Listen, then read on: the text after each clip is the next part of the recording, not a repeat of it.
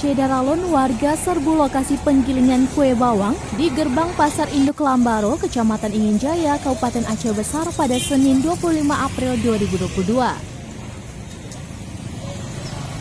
Salah seorang warga Indrapuri, Fatimah, kepada serambinus.com mengatakan mereka membawa bahan baku untuk diolah pembuatan kue bawang dalam menghadapi Lebaran Idul Fitri 1443 Hijriah.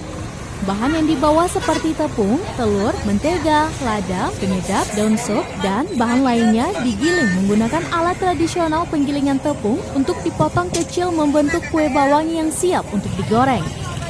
Upah untuk menggiling bahan kue bawang itu sebesar Rp15.000 per kilogram. Menurut Fatimah, mereka lebih suka membuat kue sendiri karena rasa bisa disesuaikan dengan selera.